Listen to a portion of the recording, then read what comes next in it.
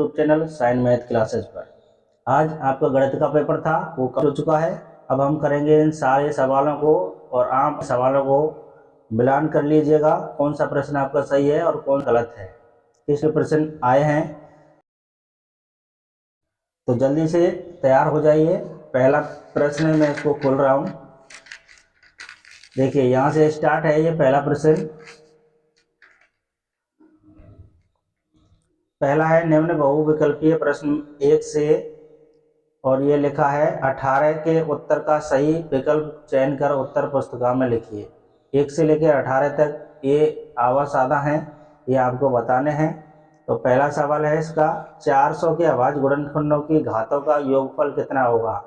तो इस सवाल का आंसर हो जाएगा 6। ये मैंने सभी सवाल करके आपको वीडियो बना रहा हूँ। ये सवाल मैंने कर लिए हैं सभी। अब आप इसके उत्तर देखते जाइए। पहले सवाल में उत्तर आएगा 6। यदि बहुपद 2x प्लस x प्लस का एक शून्यक 3 है तो k का मान है। इसमें k का आ जाएगा -20। ये मैंने मॉडल पेपर में भी कराया था।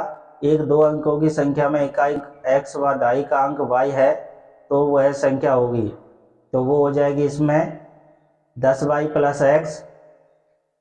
3 नंबर सवाल कंप्लीट हो गया। देखते जाना कौन सा प्रश्न आपका सही है कौन सा गलत है। अगला है, यदि ABC समरूप त्रिभुज DEF है हो एवं AB बराबर 10 सेमी, DE बराबर 8 सेमी, तो BE अनुपात EF होगा। तो इसमें होगा 5:4। D number option. देख लेना कौन कौन से सही हैं आपके। आगे है, मूल बिंदु O 0 0 से मूल बिंदु P -3 4 की दूरी कितनी है। तो इसमें इसका आंसर हो जाएगा 5। cos square 45 minus cot square 45 बराबर हैं। तो ये किस पर बराबर होंगे दोनों। इस सवाल का आंसर हो जाएगा 1 ऊर्ध्वाधर खंभे की परछाई खंभे की ऊंचाई के बराबर है तो सूर्य का उन्नयन कोण होगा। सूर्य का उन्नयन कोण इसमें हो जाएगा 45 डिग्री। आगे, एक बिंदु P से एक वृत्त पर स्पर्श रेखा की लंबाई 24 सेंटीमीटर और तथा P की केंद्र से दूरी 25 सेंटीमीटर। वृत्त की त्रिज्या ज्ञात करनी है। इसमें क्या करनी है, वृत्त की त्रिज्या। तो इसमें वृत्त की त्रिज्या हो जाएगी, कितनी हो जाएगी,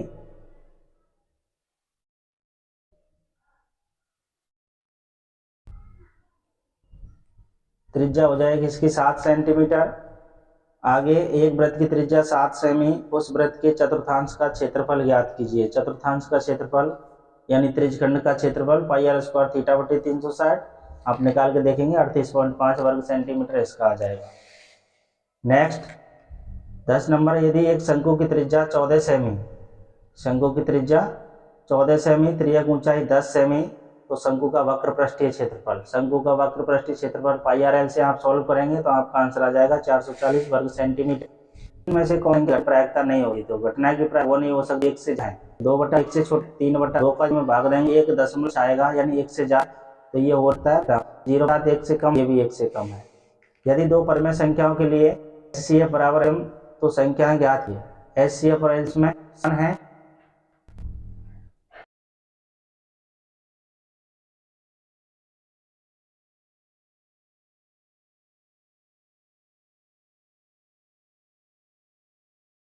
हमेशा में समान लाना तो अगला है, एक द्विघात बहुपद के शून्यकों का योग तथा गुणनफल 6 है तो द्विघात समीकरण होगा। इसमें 13 नंबर में द्विघात समीकरण क्या होगा, तो x² - 5x + 6 x - 5x + 6 ये हो जाएगा। आगे 13 नंबर कंप्लीट हो गया। जल्दी से आप अपने क्वेश्चनों को निकाल लीजिए, आपके कितने क्वेश्चन सही आ रहे हैं। अगला है 14 नंबर, के किस मान के लिए समीकरण युग्म x + y - 4 = 0 और 2x + ky - 3 = 0 का कोई हल नहीं होगा। तो कोई हल नहीं होगा, इसमें k का मान आ जाएगा, आप निकालेंगे तो 2 a1/a2 से b1/b2 से। 15 नंबर सवाल, ये वाले चित्र हैं। दिए गए चित्र में AB बराबर 2 सेमी, कोण A बराबर 50, ये वाला, AC बराबर 4 सेमी, DE बराबर 3 सेमी, कोण D बराबर 50 डिग्री और DF बराबर 60 सेमी। यदि BC बराबर 3 सेमी हो तो EF का मान क्या होगा। तो इसमें EF का मान हो जाएगा 6 सेंटीमीटर। आपके ऑप्शन में 6 सेंटीमीटर दे रखा होगा, ये दे रखा है 6 सेंटीमीटर, इसका आंसर हो जाएगा। साइन 2a बराबर 2 साइन a तब सत्य होता है जबकि a बराबर हो, तो ये 0 डिग्री पर बराबर होते हैं। कॉस a बराबर 12/13, तो साइन a का मान कितना होगा, तो इसमें हो जाएगा 5/13। एक घड़ी की मिनट की सुई द्वारा 5 मिनट में केंद्र पर आंतरिक कोण, तो घड़ी की मिनट की सुई 1 मिनट में बनाती है 6 डिग्री का, तो 5 मिनट में कितना बनाएगी, तो 6 पंजे 30 डिग्री का कोण बना देगी मिनट वाली सुई। आगे 18a 10 समांतर श्रेणी में है, तो a का मान बताना है। प्रथम पद इसमें बताना है। प्रश्न नंबर ये हो गया दूसरे का पहला, तो इसमें a बराबर कितना होगा, यानी a पहला और ये दूसरा पद पूछा है, तो ये दूसरा पद इसमें हो जाएगा 14। निकाल लेंगे आप, 14 निकल के आएगा आपका। बिंदु P 7-3 और Q 3 9 के मध्य बिंदु के निर्देशांक होंगे, तो मध्य बिंदु के निर्देशांक आंसर आ जाएगा 5,3। ओके।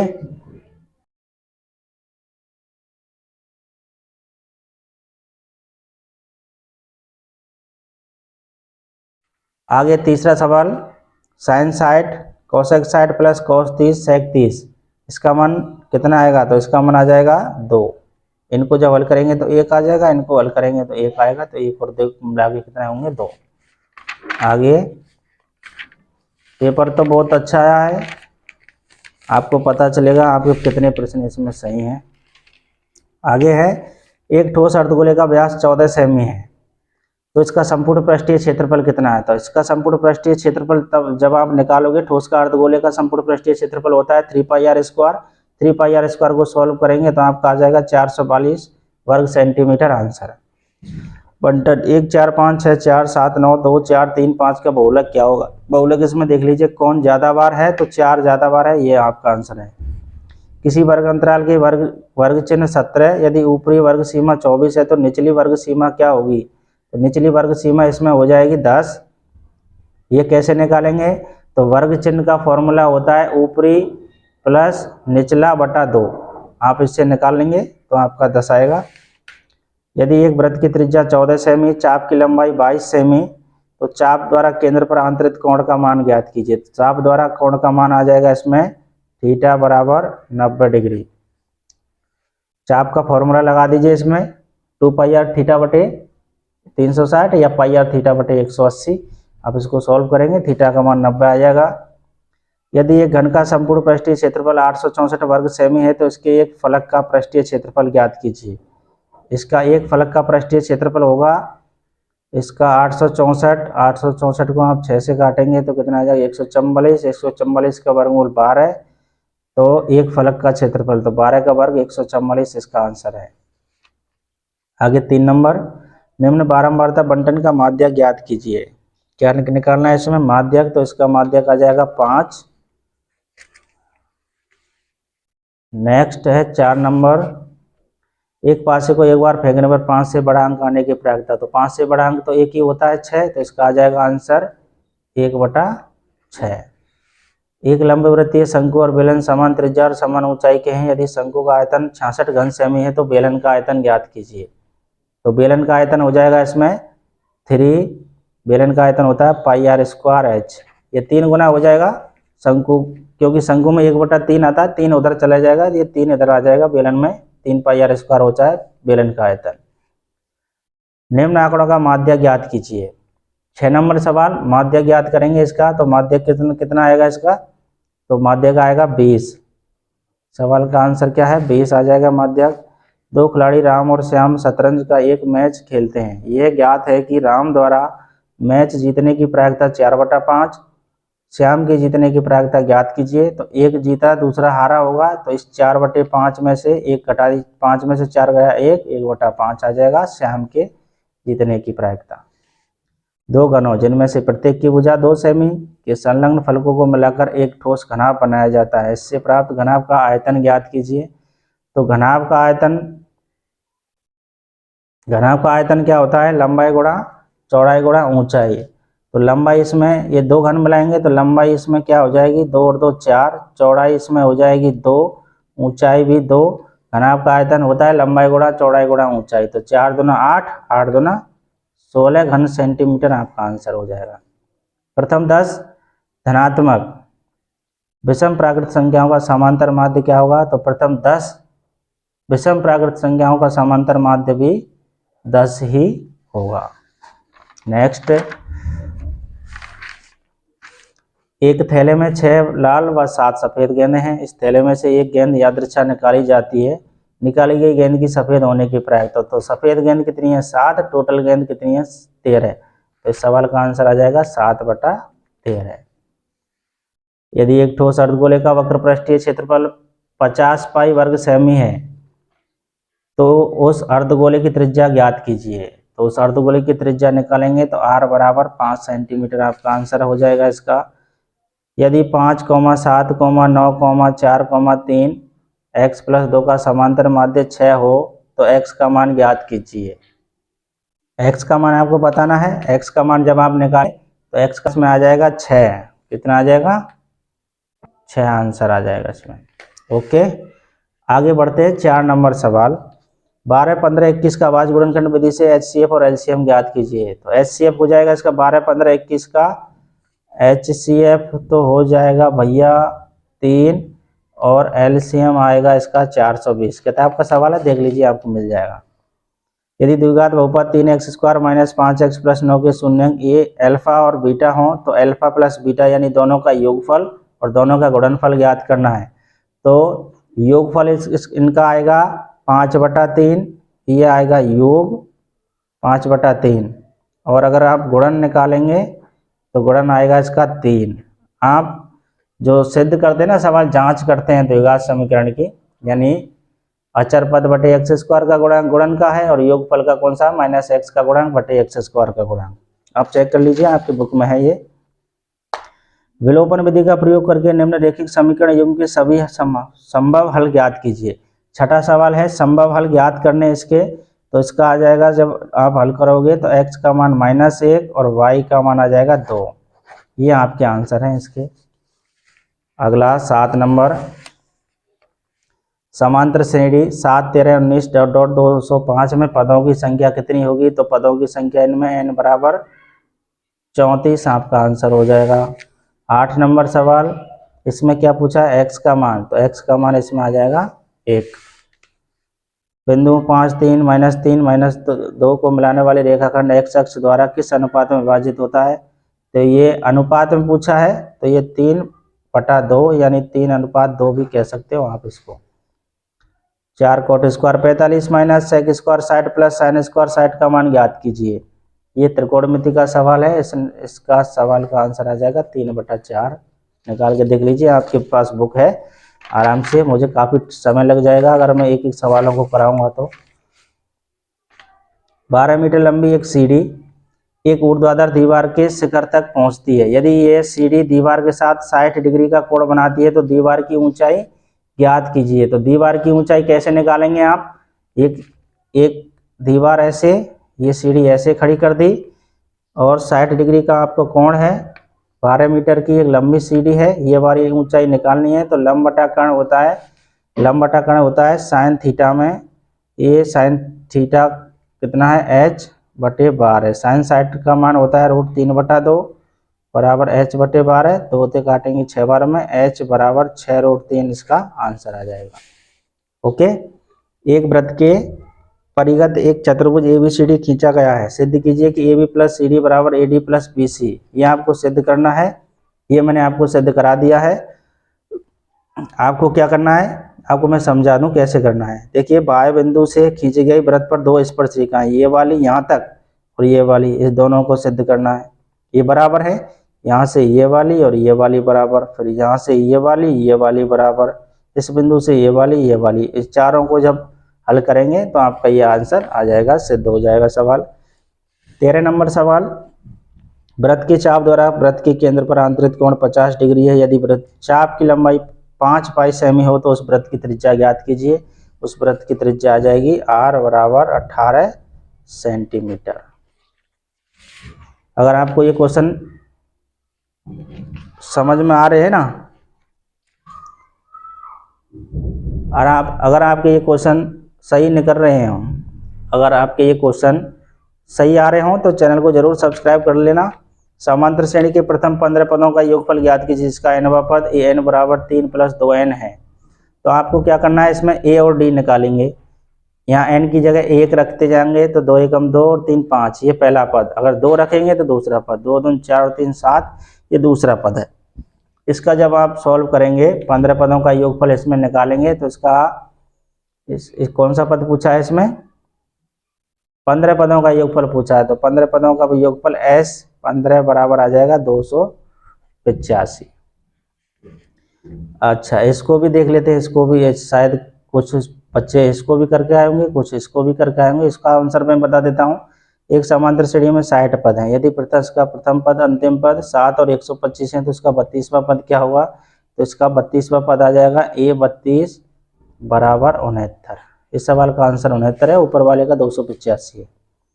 बिंदु 4 0 और 0 - 8 को मिलाने वाले रेखाखंड को 4 बराबर भागों में विभाजित करने वाले बिंदुओं के निर्देशांक ज्ञात कीजिए।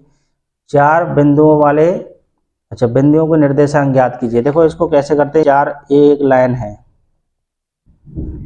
यहाँ पर लिखते हैं ए बी। इस लाइन को 4 भागों में बांटना। तो ए बी का मध्य बिंदु सी और ए सी का मध्य बिंदु यहाँ डी डाल देते हैं। अब बी सी का मध्य बिंदु यहाँ पर ई डाल देते हैं। देखिए 1 2 3 4 भाग में हो गई। अब ये वाली आपको दी है कितना, 4, 0, फिर 0, -8। इसको आप निकालेंगे। ए बी का मध्य बिंदु सी है। मध्य बिंदु के निर्देशांक होते हैं x बराबर x1 + x2/2। इस वाले फॉर्मूले से इस सी का आंसर आ जाएगा आपका 2, -4। ओके, इसको निकालेंगे। इसका आ जाएगा 3, -2 और ई वाले का आ जाएगा 1, -6। अब आप चेक कर लीजिए आपका कौन सा सही है। आप शायद आपने ऐसे करे होंगे तो ये वाले सही होंगे, अगर नहीं करे होंगे तो बिल्कुल गलत होंगे। आगे इसका अथवा वाला देख लीजिए। बिंदु ए के निर्देशांक ज्ञात कीजिए, जहां ए बी एक वृत्त का व्यास है जिसका केंद्र 2, -3 है तथा बी के निर्देशांक 1, 4 है। इस सवाल में x1 आप निकालेंगे तो x1 आ जाएगा इसमें -10 और y1 निकालेंगे तो इसमें y1 आ जाएगा। कितना आएगा y1? तो y1 आएगा इसमें x1 -10 नहीं आएगा। x1 आएगा इसमें 3 और y1 आएगा इसमें -10, ये वाला। ओके, आगे है। सिद्ध कीजिए कि दो समकेंद्रीय वृत्तों से बड़े वृत्त की जीवा जो छोटे वृत्त को स्पर्श करती है, स्पर्श बिंदु पर समद्विभाजित होती है। इसका मैं आपको डायग्राम बता देता हूँ। देखो कैसे डायग्राम बनेगा। इस सवाल का डायग्राम यहाँ पर बना देता हूँ। देखो ऐसे, ये वाले 2 वृत्त हैं समकेंद्रीय वृत्त, और इस बड़े वृत्त की जीवा जो छोटे वृत्त को स्पर्श करते हुए जानी है। ये केंद्र बिंदु है, यहाँ से ये त्रिज्या, यहाँ से ये त्रिज्या। अब यहाँ से ये लंब खींचेंगे, ये बराबर 2 भाग में बढ़ जाएगी, ये वाली और ये वाली। ओके, ये आपको सिद्ध करना था। मैंने आपको चित्र की सहायता से बता दिया है। सिद्ध कीजिए कि वाय बिंदु से वृत्त पर खींची गई स्पर्श रेखाओं की लंबाई बराबर होती है। ये हमारा वृत्त है, ये कोई बिंदु है, तो यहाँ से कोई P बिंदु है, यहाँ से हम स्पर्श रेखा 2 खींचेंगे यूँ। ये केंद्र बिंदु है, ये वाली और ये वाली त्रिज्या हो गई। तो ये वाली और ये वाली स्पर्श रेखा हमेशा कैसी होती हैं? समान होती हैं। ओके, आ गया ये 17 नंबर सवाल। 17 नंबर सवाल में क्या है? बंटन का क्या लिखना है आपको? माध्य। अब आपको बड़े बड़े सवाल आएंगे। निम्न बारंबारता बंटन का माध्य ज्ञात कीजिए। माध्य ज्ञात करेंगे, इसका माध्य आ जाएगा 7.8। निकाल के देखेंगे 7.8 ही आएगा। यदि अथवा वाला देख लीजिए, यदि निम्न बंटन का माध्य 7 हो तो P का मान बताइए। और इसमें P का मान कितना आएगा भाई? बताइए जरा, कितना आया आपका? 5। 18 नंबर सवाल। 2 संख्याओं के वर्गों का अंतर 180 है। छोटी संख्या का वर्ग बड़ी संख्या का 8 गुना है। दोनों संख्याएं ज्ञात कीजिए। तो इसमें दोनों संख्या हो जाएंगी। पहली संख्या आ जाएगी 18 और दूसरी संख्या आ जाएगी इसमें 12। अब आप देख लीजिए आपका आंसर सही है या गलत है। आप कमेंट बॉक्स में और आप अपने जितने भी आंसर सही हैं और गलत है आप उनको कमेंट कीजिए। हम देखेंगे आपके कितने क्वेश्चन, कैसा गया आपका पेपर। 2 क्रमागत धनात्मक पूर्णांक ज्ञात कीजिए जिनके वर्गों का योग 365 हो। 2 क्रमागत धनात्मक पूर्णांक वर्गों का योग कितना होना चाहिए? 365। तो इसका आंसर कितना आएगा? 13 और 12 शायद आएंगे, क्योंकि 13 का वर्ग होता है 169, 12 का वर्ग होता है 144। इसको जब जोड़ेंगे सॉरी ये तो आएगा नहीं, जिनके वर्गों का योग 365 हो। नोट 4 13 3 6 4 10 और 11 1 2 और 1 3, ये तो है नहीं। 1 मिनट रुको। हाँ देखिए ये 13 और 14 सही है, क्योंकि 14 का मैंने 144 लिख दिया, 144 नहीं होता है इसका। 13 का होता है 169, 14 का होता है 196। 9 और 6 15, 9 और 6 15 और 1 16, 1 2 और 1 365 है। इसका मतलब ये दो धनात्मक पूर्णांक आएंगे, एक तो x बराबर आ जाएगा 14 या और एक आ जाएगा x बराबर 13, या 13 और 14 या 14 और 13, कोई भी ले सकते हो दोनों में से। आगे है एक सिद्ध कीजिए, 1/1 plus sine theta plus 1/1 minus sine theta बराबर 2 सेक स्क्वायर थीटा। ये वाला सिद्ध करना है तो आप सिद्ध इसको कर सकते हो, इनका दोनों का एलसीएम लेके। और एलसीएम यहाँ पे मैं करा दूँ, इन दोनों को करा ही दूँ मैं। इन दोनों का क्या लेना है, यहाँ पर एलसीएम लेना है। तो एलसीएम आ जाएगा इसमें 1 प्लस साइन थीटा और 1 माइनस साइन थीटा। इसका जब इससे करेंगे ये कट जाएगा, ये बचेगा तो 1 माइनस साइन थीटा बचा ऊपर। अब इसको करेंगे तो यहाँ पर बच जाएगा 1 plus cos theta, cos theta नहीं सॉरी साइन थीटा ही है इसमें।